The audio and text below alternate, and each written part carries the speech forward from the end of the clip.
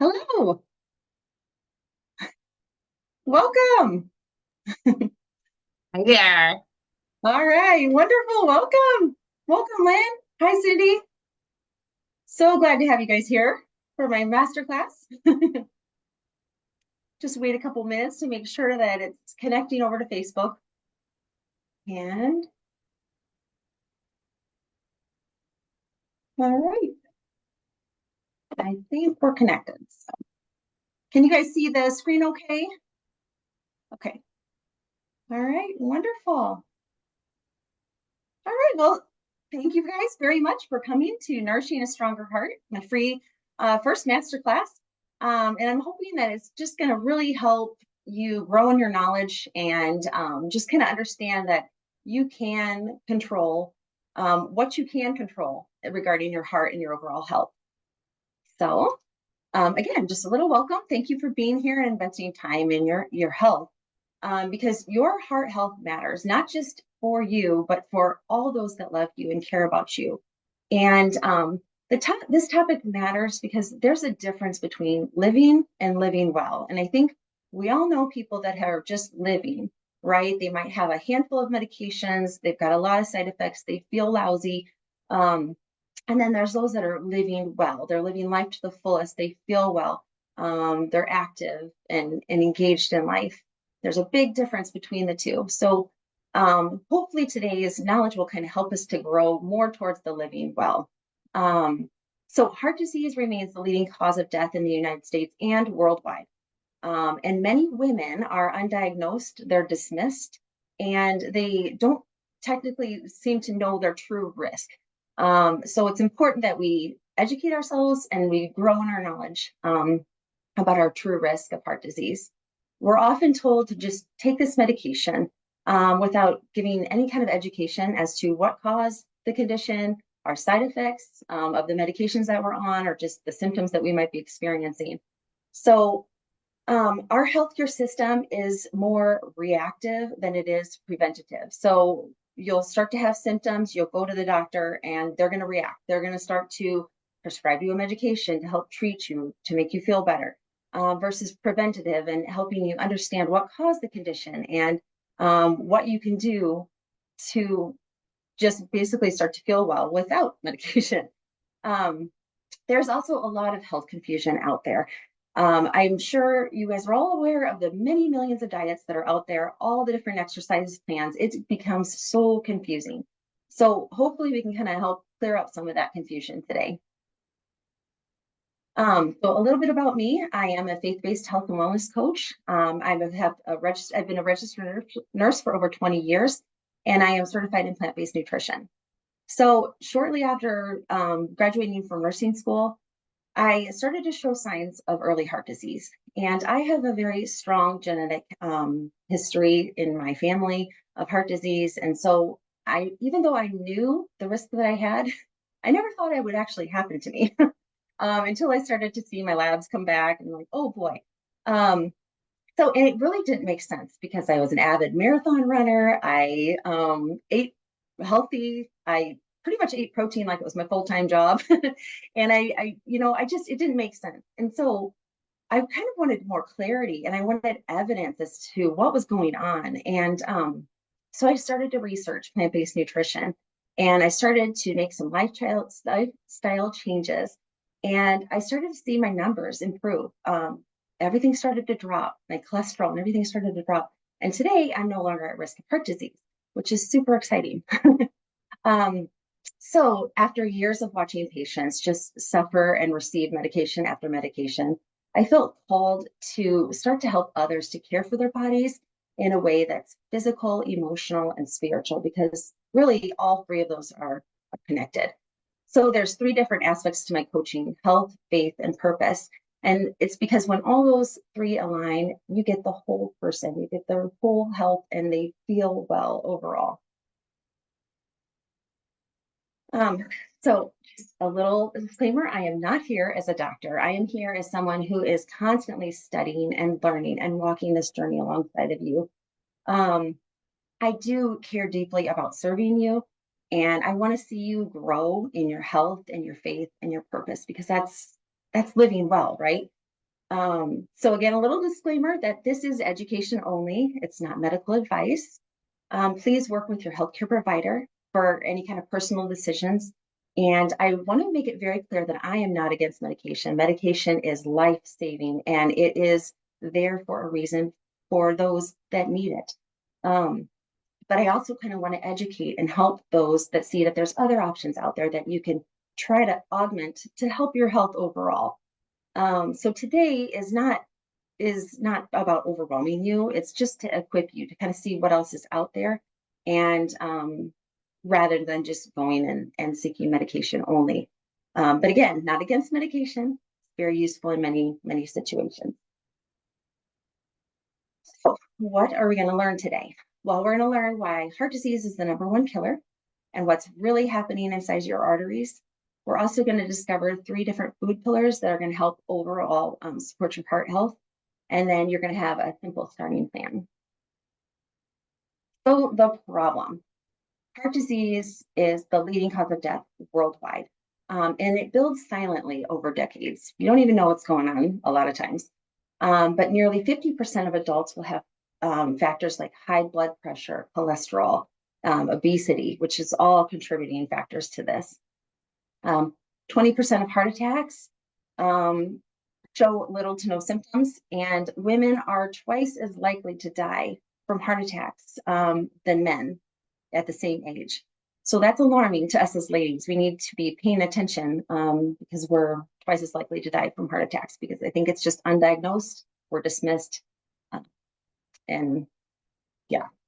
And then medication is readily given, but there's not really much education to follow up with that, was what caused the condition and why you're in the situation that you're in, and then what side effects you're going to have from the medication. That's the problem. So let's meet our arteries. Arteries are like flexible tubes. This is not very flexible, but these flexible tubes will help carry blood from your heart to the rest of your body. And the endothelial cells are these tiny, like lining of your arteries. They're a thin, delicate layer, and these guys are the powerhouses of your cells. These guys, the endothelial cells, will produce nitric oxide, which is a gas, and its main job is to help your arteries relax and to widen. So if you have this, oops, I'm so sorry. So sorry about that. Let me just fix this here. Try to click off of this one little stop here. So if you have healthy endothelial cells and they're producing this nitric oxide, you're going to have a flexible hose, okay? You're going to have like flexible arteries with smooth flow through them. But if the lining is damaged, they're not producing the nitric oxide that they need, you're going to have a stiff and narrowed hose with poor blood flow and then a lot of buildup. So there's 3 main culprits to how heart disease happens. You have cholesterol, blood pressure, and inflammation. Cholesterol is the buildup inside the pipes. You can kind of see that, but it's like grease that's kind of sticking to the side of a drain. And then you have blood pressure. That's the force that's pressing against these walls. So it's almost like if you turn on the hose and you get a lot of pressure through it, and it gets too high, but you also have blockage in there, the flow is not going to go through as well, and the pressure is going to build up. And then we have inflammation. And that is like the corrosion that's damaging the lining. Just imagine rust forming on the inside of metal pipes. So a keynote is that cholesterol isn't bad. Your body will naturally produce cholesterol in the amount that you need. The problem becomes when we start to have too much LDL in our circulation, because then the LDL will get trapped into the artery walls, it oxidizes, and then plaque forms. So it's almost like too many delivery trucks in a small little area. There's going to be a traffic jam inside your artery. So here you can kind of see like the build up blockage, the blood flow gets more narrow, you get high blood pressure. So the devil's in the details. So cholesterol is transported through our blood in particles called lipoproteins. So just think of these as a little car. Then we have the low density lipoprotein, the LDL, and this gets stuck in the endothelial lining. It's especially good at getting in between these cells that line your artery wall. And then once the LDL gets stuck in that endothelium, it gets oxidized, which then leads to inflammation. So just think about that corrosion of your pipes. And then this rallies your immune system. So the macrophages will come in, try to ingest these particles, these LDL particles, which will then form a plaque. If the plaque ruptures, your body attempts to try to heal it by forming a clot at the site. Okay. The problem then becomes if the clot breaks loose. That then causes a heart attack or blockage along the way. So here in this little diagram, we have the LDL, which is carried by these little cars called the ApoB, which we're going to discuss here in a second. So they just kind of stick on these artery walls, okay? But they don't just sit there. They like to break into the endothelial cells, and they cause inflammation. Your body says, oh no, there's something going on. So then it elicits these little guys called macrophages. They come in and they try to gobble up these guys, but in the meantime, it's forming a plaque on your artery wall. You get enough plaque, then you have narrow vessels, and then if the plaque ruptures, which it does, if it ruptures, then it will form a blood clot. And if the blood clot breaks loose, then you are at risk of a heart attack or just a pretty severe blockage. So 6 tests that we need to ask our doctors about, especially as women.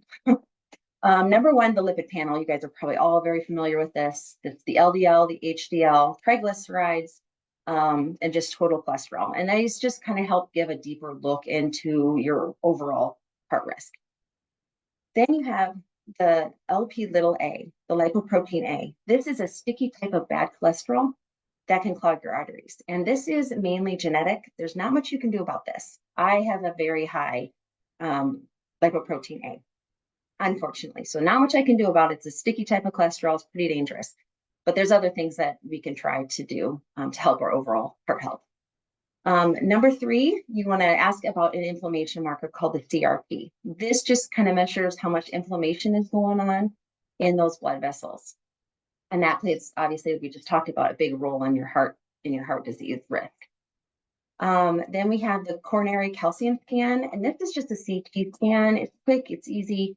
It just shows that calcium buildup, the plaque buildup in your coronary arteries, which shows, your early and future risk of heart disease. Then there's the hemoglobin A1C.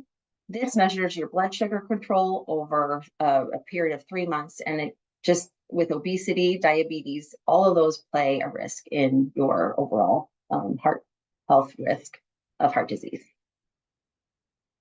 And finally, the number 6 test, very important, is the ApoB. Okay, the ApoB test measures how many numbers of bad cholesterol particles are in your blood. This is, just imagine this is a primary car driving. It determines how much LDL will get deposited into those endothelial cells. So when the ApoB is higher, when you have a lot of these little cars and they're ready to take on the LDL, if you have that more circulating, it has a greater chance of building up into your arteries. So the regular LDL test will show how much cholesterol is inside of your particles, but the ApoB tells you how many particles, how many drivers you have. If you have a lot of drivers, you can deposit a whole lot more cholesterol into these endothelial cells. So this is a very important test to ask your doctor about, and most of the times it's not ordered. So the more particles you have, the higher heart risk you have. So that was really bad news, but we do have a solution, and we can nourish our heart. And I love this quote because it was very key for me. Knowledge is power and information is liberating. Because the more we educate ourselves, the more you can feel in control of what you can feel in control of as far as your overall health. T. Colin Campbell is phenomenal. He wrote this great quote. Good health is about being able to fully enjoy the time we do have. It's about being as functional as possible throughout our entire lives, avoiding crippling, painful, and lengthy battles with disease. There are many better ways to die and to live. So kind of like what we talked about before, there's a difference between living and living well. And so with this, we can try to avoid crippling and painful, lengthy battles with disease. So we're going to talk about three proven pillars for a stronger heart health, and that is fiber, plants, and calming that inflammation. So pillar number one, it's fiber. So we're going to think of fiber as a sponge. It is in your digestive system. Soluble fiber will grab onto this excess cholesterol that's in your digestive system, especially the LDL, the bad guys, before it can be reabsorbed into your bloodstream. So this fiber is like a sponge and it helps to remove it from your body. Once fiber binds to the cholesterol, it then carries it out to your waist. So that means that there's less LDL circulating in your blood and less sticking to your artery walls. So fiber is like your heart health crew. It's a sponge and kind of like a scrub brush. There are 4 different types of soluble fiber. There's the beta glucan, which is found in oats and barley, and that forms like a gel. It helps to carry that cholesterol out of your digestive system, like we just talked about. And then there's pectin, and that's found in apples and citrus and berries. That helps to bind to cholesterol, and it also helps feed your good gut bacteria, which is crucial to your overall health, not just your heart health. And we have the psyllium. That's found in the psyllium husk, which is also, you probably are familiar with Metamucil and all those products out there. That is very gel forming, and maybe you've tried it. It's like a chunk if you let it sit too long. But this is in your digestive system. It will help to move that waste out and help move that cholesterol out. And then we have the inulin, which are found in beans and lentils and onions, and these help to feed that good, healthy gut bacteria, and they support your overall cholesterol balance. So some easy swap for some fiber, it would be like adding oatmeal instead of eggs and bacon for breakfast, beans instead of ground beef, because ground beef has cholesterol, beans do not. Beans have fiber. Having an apple instead of a cheese stick. Cheese stick has cholesterol, apple does not. It has the fiber that's going to help bind. Almonds instead of chips, and then adding flax in your smoothies. If possible, try to skip the packaged foods and the supplements that say added fiber. That is a great marketing scheme. But with that, it kind of tricks our mind. We think we're having all this added fiber and we're doing such great things for our health, but we're missing the stuff that God gave us, that the extra nutrients, the extra vitamins that are found in the whole foods that came from the earth that He has given us. So the packaged foods, while they're handy and convenient, don't rely on those for that fiber. Pillar number 2, plants relax arteries. Healthy arteries, like we talked about, are flexible. They allow for good blood flow. They're open and wide when they need to be. And these plants will help provide key nutrients that will support this flexibility and just opening up your arteries. So potassium, that will help support your healthy blood pressure levels. Magnesium helps the blood vessels to relax. And then the nitrates, which we just talked about, they're my favorite. They're found in leafy greens and beets, and they help the body take that nitric oxide, and the nitric oxide gas is released and helps signal those arteries to widen and to help that blood flow through. And it helps to keep the endothelial cells producing new endothelial cells. So it just keeps that whole artery wall nice and healthy and strong. So again, relaxed arteries will have smoother blood flow. Oh, why do we want flexible arteries? Well, when the arteries are stiff and inflamed, your blood pressure is going to rise. We kind of talked about that. It gets compacted, and then it's just harder for blood to flow through. The blood flow will then becomes turbulent, and then the damage to the lining will increase. But if your arteries are nice and flexible, the blood flow is going to flow more smoothly, the pressure is going to decrease, and the vessel lining is protected. They're just going to keep producing new endothelial cells. And just imagine like a wall that's nice and strong and secure. You don't have a bunch of stuff trying to break it in. It's just nice and strong. Nice and protected. So the plants that help relax arteries are leafy greens. We talk about a lot, but the spinach, arugula, romaine, these guys are rich in nitrates and magnesium, which helps the blood flow. Beets are high in natural nitrates. They support that nitric oxide production. They're actually used in endurance sports to kind of help before any sort of endurance sport. If a person eats beets, it tends to help with the blood flow and helps that patient or that person through their sport. Sweet potatoes have a lot of potassium. Beans provide potassium, magnesium, and fiber. And then citrus will also have potassium and then support your overall heart health. Number 3, plants calm inflammation. So what is inflammation? We have a good God who created our bodies. Okay. So if we cut our hand or bang our knee, our body signals for inflammation. So to help heal it. Short-term inflammation is a good thing. It helps our bodies to heal, but chronic inflammation is when we start to become alarmed. And what causes this is highly processed foods, refined sugars and white flours, excess saturated fat, which is especially found in animal sources, fried foods, trans fat, and then processed meats and high-fat dairy.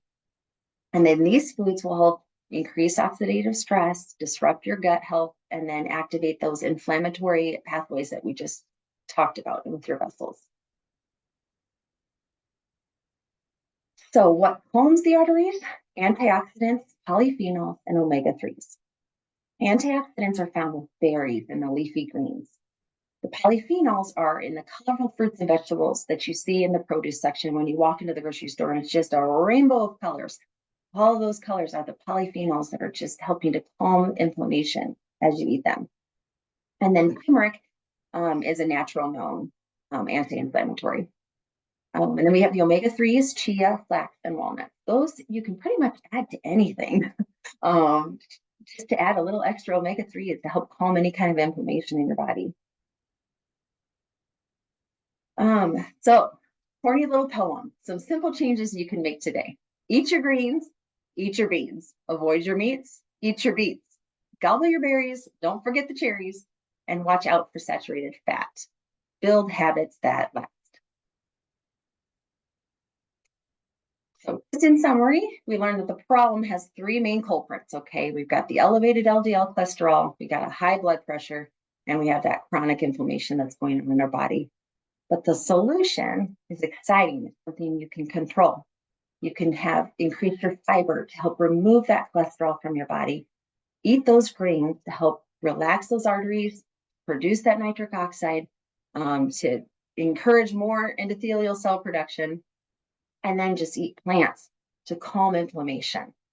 The science confirms this, but we all know that information alone is not going to create this transformation. What actually changes your heart health is consistent action with guidance and support. So, little question for you. Do you feel confused about what's actually healthy these days? Are you tired of conflicting nutrition advice and you don't even know where to begin? Or maybe you know what you need to do, but it's all just too overwhelming and you don't even know where to start. Or you just feel like you need accountability and support.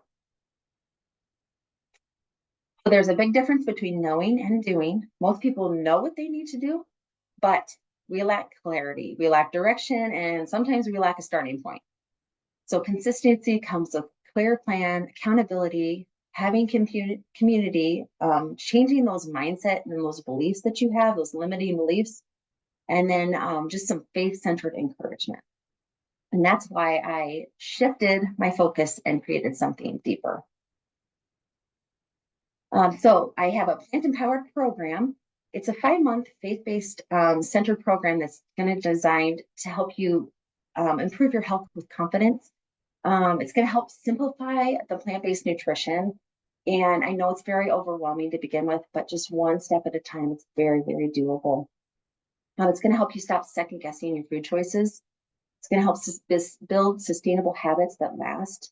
And it's going to help you stay accountable because you're going to have a supportive setting. The program is designed for those that want to take care of their heart health before the prescriptions multiply, before your numbers start to continue to decline, and before the small warnings become bigger consequences, or before you don't even have warning signs and then you have a big problem. So Plant Empowered is about strengthening the body that God has given you. So imagine 5 months from now, you're feeling clear-headed, you're feeling energized, you feel confident in your food choices, you're not constantly starting over, you're not just saying, oh, it's genetics, I guess I'm just in trouble. But 5 months from now, you are starting to nourish your body in a way that feels abundant and satisfying. It doesn't feel restrictive because there's just an abundance out there. Your plate is full of stuff you've never tried before. It's exciting, it's abundant, and it's actually joyful. All right, so giveaway time. Do me a favor, if you could just write your name in the comments below for those that are attending live. And then if you're watching on Facebook and I can't really see that right now, but if you're watching on Facebook, just drop your name in the comments below. And I'm going to send you a free copy of, Preventing and Reversing Heart Disease by Caldwell Esselstyn. This book, phenomenal. It's a great resource. So I will be sending that to all that are watching live. And then please write your name, like I said, down below. And then you will also receive, if you book a call with me by Friday, 50% off the first month of my coaching.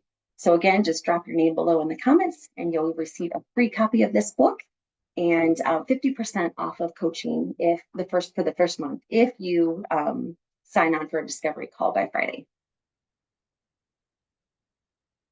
So just in conclusion, heart disease does not happen overnight. We know that it's very slow, but strengthening your heart will not also happen overnight. It takes time. It does happen, but you need to be consistent and have supported one step at a time. Don't wait until your numbers get worse. Start with one simple swap today, and I think we discussed some of those, and I am here to help you along the way.